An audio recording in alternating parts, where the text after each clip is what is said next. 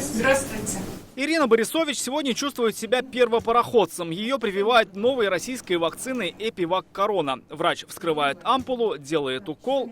Как любой укол, да, немножечко болезненно. Немножко болезненно. Но вот сейчас вот уже болезненность от самого укола прошла, и уже рука не болит.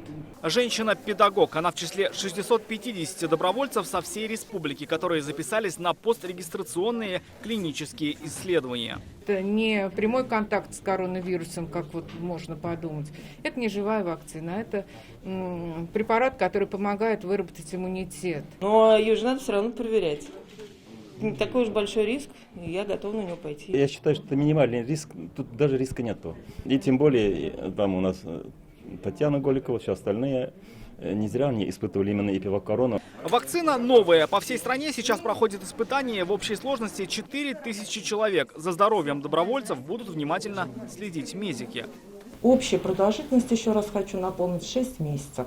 Месяц приблизительно займет вакцинация, и еще в течение 5 месяцев мы отслеживаем состояние иммунитета у наших добровольцев. И вот так выглядит новейшая российская вакцина. Это прозрачная жидкость в привычных капсулах. Одной хватит, чтобы привить одного добровольца. Таких доз ровно 500. А добровольцев 650, и врачи сообщают, не все из заявившихся смогут получить вакцину. Причина – уже имеющиеся антитела к коронавирусу. На таких людей она не действует. Отбор идет и во время скрининг-теста. Не все по состоянию здоровья подходят для испытаний. К сожалению, из-за того, что 40-45% отсеивается, мы будем вынуждены расширять наш список, расширять количество желающих. Стать добровольцем можно и сегодня. Для этого нужно позвонить в 7-ю горбольницу, где проводят вакцинацию. Возраст не имеет значения.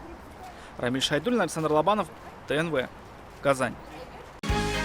Закажи рекламу на ТНВ. Телефон в Казани 5 705 100.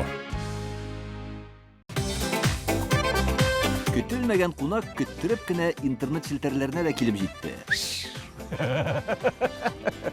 Хәзер бу фильмның барлык серияларын ТНВ.ру сайтында карап була.